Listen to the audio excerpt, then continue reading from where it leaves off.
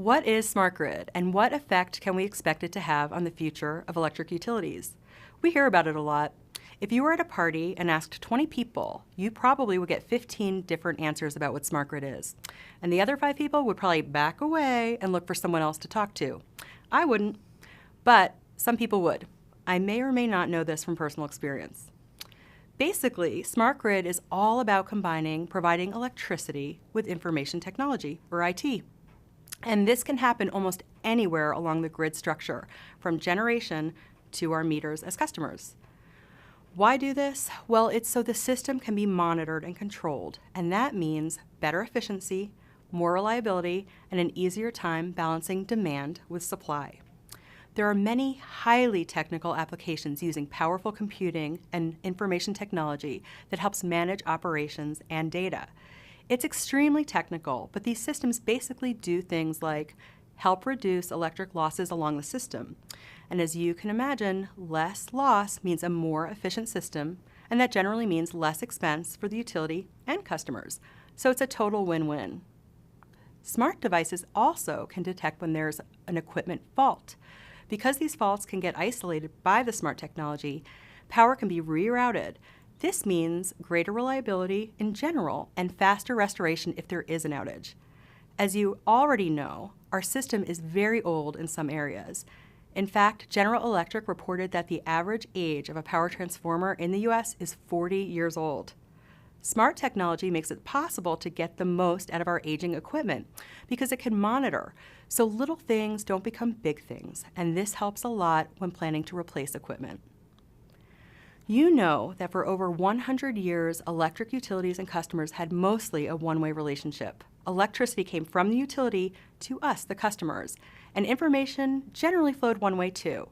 The utility provided us information. We provided information basically just to let them know when we were out, or maybe to sign up for a program. You also know that this relationship is changing. The concept that has gotten regulators' attention is how smart technology can be used for demand optimization. You remember in an earlier module we talked about how energy efficiency programs and other programs that reduce peak usage work? Well, this is kicking it up a notch. Fundamental to smart grid is smart meters. These are meters that are installed on your house and measure how much electricity your home or maybe your business uses. They do this in intervals of an hour or even less. If you compare this to an analog meter, those are read about once a month by a meter reader, which is a person that would probably win any fitness tracker step challenge he or she entered. If your gate is locked or Precious the Pit Bull is out, the utility typically has to do an estimated bill. The information from the smart meter is sent back to the utility on an ongoing basis for monitoring. So not only do you get a more accurate bill, you also know that your reliability is being monitored. Believe it or not, with old school meters, there's a reason why electric utilities used to tell you to call if you were out, because they didn't always know. There are actually 2 electric smart meter types. One-way, or automated meter reading, AMR, which allows utilities to read meters for billing. And there's two-way, or AMI, which stands for Advanced Metering Infrastructure meters. And these allow utilities and customers to interact. So this allows smart consumption applications. You can see on this chart that there was a switch that occurred, and that's where AMI surpassed AMR, and that occurred pretty rapidly. When we think of AMI in our space, we're just thinking of the meters. And there's an advantage to the utilities on automated meters and being able to remotely read and know what's going on our system from headquarters. Not having to have folks walking door to door checking meters, dealing with dog bites and maybe unhappy people when you're trampling through their yard. There's just the advantage from the utilities perspective of that. From the customer's perspective on that, the ability for me to potentially hop on my phone, dial up or down my air conditioning, dial up or down my toaster, maybe in the future. Who knows what that home of the future, that smart home is going to look like. But being able to do with my electric consumption that I do with any other of my apps on my phone is just such a cool thing to think about. Advanced technology like an automated meter reading, or now basically the AMI, so we have two-way communications to meters, is something that we didn't have 5 years ago, 10 years ago.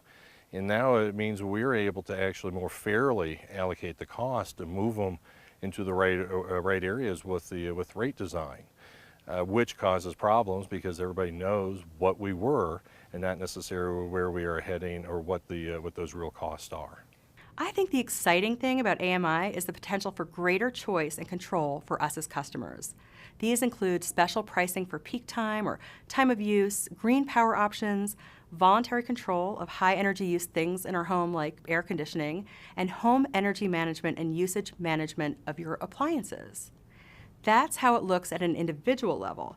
But what if thousands of customers chose to do their laundry, wash dishes, or run a manufacturing line at a non-peak time?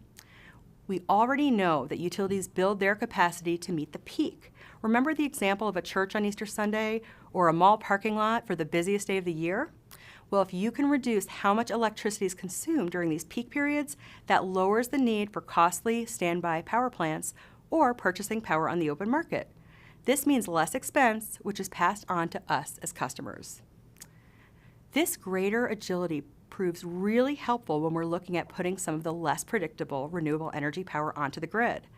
As you know, the more predictability we can build into the system, the easier time we have balancing customer need for electricity with supply. The U.S. Energy Information Administration reported that there were about 58.5 million AMI meters in the U.S. in 2014. 88% of those were on residential homes. Sounds like a no-brainer, right? Not so fast. There are opponents to smart meters, and they have tried hard to put a halt on them. The response of regulators has been more about giving customers who don't want them the ability to opt out and keep their old analog meters. To present a balanced view, why would people have an issue with these meters? Basically, it boils down to concern with health, privacy, and/or security.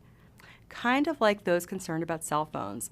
Some people are concerned about the radiation coming from the radio frequencies that allow communication between the meter, utilities, and smart appliances, like a thermostat. Even though our cell phones are largely glued to our ears and smart meters are obviously not, this is something that people are concerned about. And smart meters don't transmit data all of the time, only brief pulses. I did some research from a reputable source, the American Cancer Society. On their website, they say smart meters give off RF radiation, which is low energy radiation and doesn't have enough energy to move charged particles. And so it's called non-ionizing radiation. Non-ionizing radiation has enough energy to move atoms in a molecule around or cause them to vibrate, which can lead to heat, but it can't damage DNA directly. The American Cancer Society goes on to point out that the International Agency for Research on Cancer classifies RF radiation as a possible carcinogenic to humans, based on a finding of a possible link in at least one study about cell phone use and a specific brain tumor type. We're exposed to multiple man and non-man-made RF radiation all the time.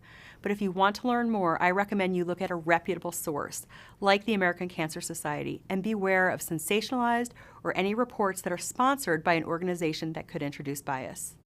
Beyond the health concerns, some other customers worry about our shift of yet another industry to reliance on computer technology. They're nervous that this would make our electric grid highly vulnerable to cyber attacks, with some really dire consequences. As you can imagine, a move to smart meters entails an exponential increase in data points. Think about it for a second. If your electric company used to read your meter once a month, that's 12 reads annually. But if the meter is reading every hour, that's 8,760 reads. I totally did that math in my head. And that is if it's only once an hour. Many of these meters are capable of reading meters in a much smaller time increment. So for example, every 15 minutes. And if you think about the fact that utilities can have millions of customers, that's a lot of data. Customers worry about their information being breached, exposing some of their personal habits related to usage. And in this age, where credit cards get breached all the time, this really increases their sensitivity. Because of the concerns, states do allow customers to opt out. But so far, that's been relatively few who have decided not to have those smart meters. So what's the holdup for smart meter adoption? Well, remember the module on regulation? Rate-based funding for smart meters is one of those things that typically goes through Public Utility Commission approval. For some states that didn't do a particularly good job of educating communities and the consumer, this hasn't always been easy. But we're seeing more and more of these, and we'll likely see more in the future. By the way, if you're interested in knowing if you have a smart meter, many of them actually say smart meter right on the device, or you can always call your utility.